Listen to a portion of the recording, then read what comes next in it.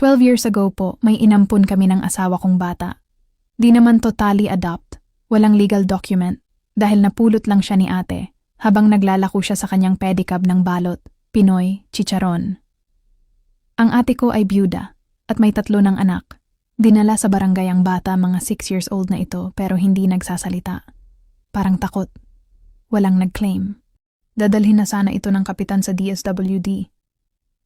Pero nang makita ko na sobrang kinis at ganda ng bata ay nakiusap ako sa asawa ko. Kapatid niya si Kap, sinabi ko na kami na ang mag-aalaga sa bata dahil kahit 7 years na kaming nagsasama, ay wala pa din kaming anak at 2 beses na akong nakunan. Naiinip na din ako dahil gusto ko nang mag-alaga ng bata. Pero laging hindi natutuloy. Payag na payag din naman si Romeo, total naman ay pareho naman kaming kumikita. To make story short ay pumayag si Kap. Dahil sinabi naman namin na pag may nag-claim sa bata ay isusoli namin. Naging masaya kaming mag-asawa kahit paano, ay may iba kaming kasama sa bahay. Pinangalanan namin siyang Angela. Kinuha sa pangalan kong Angel. Kahit mahalang gamutan ay pinatherapy ko siya. Hindi pala siya likas na pipi kaya pala nakakarinig siya. Nagsimula siyang magsalita pero walang maalala. Kaya inayos ko na din ang adoption para makapag-aral. Pinapasok ko na siya sa eskwela at ang talino pala niya. Palagi siyang nangunguna sa klase, kaya proud na proud ako dahil lagi ako umaakyat sa entablado. Lalo akong nagsipag sa hanap buhay, nais kong ibigay kay Angela ang magandang buhay. Hindi na din ako naghangad pa na muling magbuntis dahil andyan naman si Angela. May pwesto ako ng gulayan sa palengke. Ang asawa kong si Romeo naman ay online job at sa bahay lang. Hanggang 6 years na agad ang lumipas. Tapos na ang anak kong si Angela ng elementary. Valedictorian siya at ang daming award. Lahat ng tao pakiramdam ko ay humahanga sa amin. Lalo kong minahal ang anak kong si Angela. Dahil sa kanya naranasan ko kung paano ang maging ina.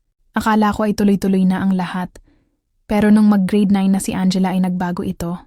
Mainitin ang ulo, tulala at minsan ay nagsasalita ng walang kausap. Sabi ng doktor ay baka daw may pinagdadaanan lalo't may history siya dati na hindi nagsasalita. Baka daw may pangit itong nakaraan na nagbabalik sa alaala. Napilitan akong pahintuin siya sa pag-aaral dahil nanakit na siya at minsan ay nagwawala. Natatakot na ang mga kaklase niya sa kanya. Si Romeo naman ay nasa bahay lang ang work, mas maaalagaan niya si Angela. Sobrang sakit sa akin ang mga nangyayari at pinagdadaanan ng anak ko. Ayaw din naman niya akong kausapin. Isang hapon ay humahangos na dumating sa tindahan ko ang pamangkin ko. Si Angela daw wala na. Nagbigti daw ito, di na umabot sa ospital dahil hindi agad nakita, mag-isa lang umano ito sa bahay dahil nag-report sa work niya si Romeo. Parang namatay na din ako nang mamatay ang anak ko. Gabi-gabi akong umiiyak habang yakap ang picture niya. Si Romeo naman tahimik lang na dinadamayan ako. Lagi din itong tulala. Halos 1 buwan din hindi ako nagtinda. Bihira akong lumabas ng bahay, maliban na lang kung pupuntahan ko siya sa sementeryo. Kahit ang asawa ko ay bihira ko nang kausapin, gusto kong sumama na lang kay Angela. Kahit ang asawa ko ay bihira ko nang kausapin, gusto kong sumama na lang kay Angela. Hanggang para na akong naghe-hallucinate, palagi akong tinatawag ni Angela habang umiiyak na nakalahad sa akin ang kamay. Mama, tulong, mama. Angela, anak, wag mo akong iwan. Mahal, gising, okay ka lang ba? Si Romeo na nag-aalala ang bumungad sa mukha ko, akala ko ay si Angela na. Nagkwento ako kay Romeo tungkol sa ilang beses ng pagdalaw ni Angela sa panaginip ko. Inaalo at niyayakap na lang ako nito. Hanggang hindi na ako nakakatulog, bawat pikit ng mata ko ay nakikita ko si Angela humihingi ng tulong. Minsan naman ay dilat ang mata nito at lawit ang dila sa aking panaginip. Parang hindi ko nakakayanin. Hindi na ulit ako makapagtinda dahil lagi akong walang tulog. Isang araw ay naisipan kong linisin ang mga gamit ni Angela. Gusto ko nang makamove on. Inilagay ko na sa mga kahon ang mga gamit niya. Ilalagay ko ang mga iyon sa bodega. At gagawin na lang extension ng sala ang room niya. Umiiyak ako habang nililigpit ang kanyang mga alaala. Ang napakadami niyang medalya. Nakita ko din ang old phone niya. Nasabi niya dati ay nawala. Sinubukan ko na i-charge at i-on, pamilya namin ang nasa screen. Pero may kakaiba, edited ang picture. May sungay na nakalagay kay Romeo. Angela. Angel Mama. Devil Papa. Bumilis ang kaba ko. Sinbukan ko na buksan ang phone. Ginamit ko lahat ng mahalagang araw sa buhay niya. Birthday niya, birthday ko, birthday ng asawa ko. Pero di ko pa din siya mabuksan. Itinigil ko lahat ng ginagawa ko. At chinarge ko ng maayos ang phone. 7:00 na ng gabi, tiyak na wala ng open na gawaan ng CP. Lumabas sa kwarto namin si Romeo. Tapos na ito sa work niya. Tinitigan ko ito mula ulo hanggang paa. Okay ka lang ba, mahal, sabi nito sa akin. Saglit lang at magluto ako dinner natin. Kumain kami ng sabay ni Romeo. Nakatitig lang ako sa kanya. Nagtataka man ito ay wala akong pakialam.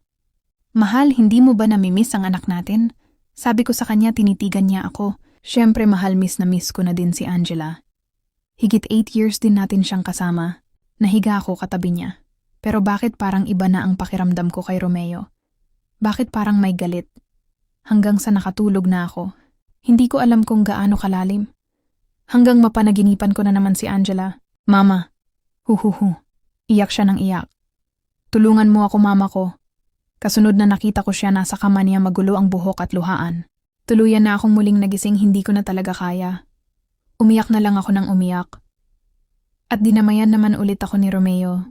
Kinabukasan 9:00 pa lang ng umaga ay kinuha ko ang CP ni Angela at dinala sa isang pagawaan. Nabuksan nila ang PIN code. Agad na din akong umalis pagkabayad at nagpunta ako ng simbahan. Wala namang katao-tao doon. Gusto ko ng katahimikan. Kabado ako habang kinakalikot ang old phone ng anak ko. Hindi ako makapaniwala sa lahat ng nakita ko. At sumambulat akin ang katotohanan. Mga video iyon kung papaanong inaabuso ni Romeo si Angela. Mga setup video na nakasend din sa isa pang fake account na palagay ko'y kanya din. Andun din ang mga hinaing niya, ang galit, ang takot at ang awa at pagmamahal sa akin. May video din siya doon na nakabalot sa kumot, magulo ang buhok, luhaan at puno ng galit, nagpapaalam siya sa akin. Nilalaman ng mga sinabi niya sa video. Mama, maraming salamat po sa pag-aalaga at pagmamahal niyo sa akin kahit hindi niyo ako kadugo. Mahal na mahal kita, mama. Kahit nasaan ako, palagi kitang babantayan at aalgaan. Sorry po, mama, kung hindi ko magawang magsumbong sa inyo kung naging masama akong anak. Hindi ko na kaya ang ginagawa sa akin ni Papa. Simula po mag-14, ako ay sinimulan na akong galawin ni Papa. Unang beses po nung umuwi kayo ng Laguna kina Lola ng 2 araw. Hindi niyo ako isinama dahil periodical namin. Nagmakaawa po ako kay Papa. Pero lagi niyang sinasabi na hindi naman ninyo ako tunay na anak. Tinatakot din po niya ako na papatayin niya kayo pag nagsumbong ako. At walang maniniwala sa akin dahil pulis si Lolo at kapitan si Tito. Sorry po, mama ko, hindi ko na po kaya. Buntis din po ako at gusto ni Papa na dalhin ako kay Lola sa Iloilo para ipalaglag ang dinadala ko. Mahal na mahal kita, mama. Pagkatapos kong mapanood ang video ng pamama, alam ng anak ko na ang date ay nung mismong araw na namatay siya, ay parang nanigas ang katawan ko. Lumaki ang ulo ko, parang sasabog ang dibdib ko. Naalala ko din na bago pa mamatay si Angela, ay ilang beses na sinabi sa akin ni Romeo na ipadala namin si Angela sa Iloilo. Para daw sariwa ang hangin at tahimik ang paligid upang malinaw na sa akin ang lahat. Hindi na ako nagdalawang isip pa. Nawala lahat ng pagmamahal ko sa asawa ko, na nakasama ko ng higit 15 years. Wala na din akong pakialam sa impluwensya ng pamilya niya. Hindi ako patatahimikin ng anak ko kung hindi ko ito bibigyan ng katarungan. Nang araw ding iyon, hinuli ng mga pulis si Romeo. Sapat ang mga ebidensya, ang mga video, ang mga chat ni Romeo sa anak ko, ang mga pagbabanta niya, kahit sa chat lang matapos itong gamitin. At ang pagbubuntis ni Angela na sinabi pa ni Romeo na kailangang alisin pag naihatid na siya sa Iloilo. Panay ang pagmamakaawa sa akin ni Romeo, pero hindi ko siya kayang patawarin. Kahit pa hindi ko kadugo si Angela, ay tunay na anak ang turing ko dito. Nakulong siya at nasentesyahan. Inilaban ko ang kaso ni Angela, kahit ilang beses kong maranasan na pagbantaan ng tatay at kapatid niya. Binenta ko bahay namin dahil sa akin yon nakapangalan at hindi naman kami kasal ni Romeo. Binigay ko sa mama ni Romeo ang kalahati sa napagbentahan. Umuwi na ako sa mama ko sa Laguna. Ngayon po, Ate Ella, ay halos 4 years na ang nagdaan buhat nang mawala si Angela. Paminsan-minsan dumadalaw pa siya sa panaginip ko. Pero masaya na po siya. Laging nakangiti at kumakaway habang tinatawag ako ng mama. Meron na din po akong bagong pamilya ngayon, Ate Ella. Nagpakasal po ako sa isang pastor na umakay sa akin upang mas makilala ang Panginoon. Nagkaroon kami ng isang anak na babae kahit 38 na ako. Singputi at ganda ng anak kong si Angela. Buntis na din ulit ako ngayon para sa second baby namin. Hanggang dito na lang, Ate Ella, at marami pong salamat. Sana din po ay ma-share at maging awareness, lalo na sa mga nanay. Para sa mga mommy, pag po ang anak nating babae ay biglang nagkaroon ng pagbabago sa attitude, ay wag po nating ipagsawalang bahala at baka may mabigat na pinagdadaanan. Bago pa po mahuli ang lahat gaya ng nangyari sa akin. Sender Angel from Laguma.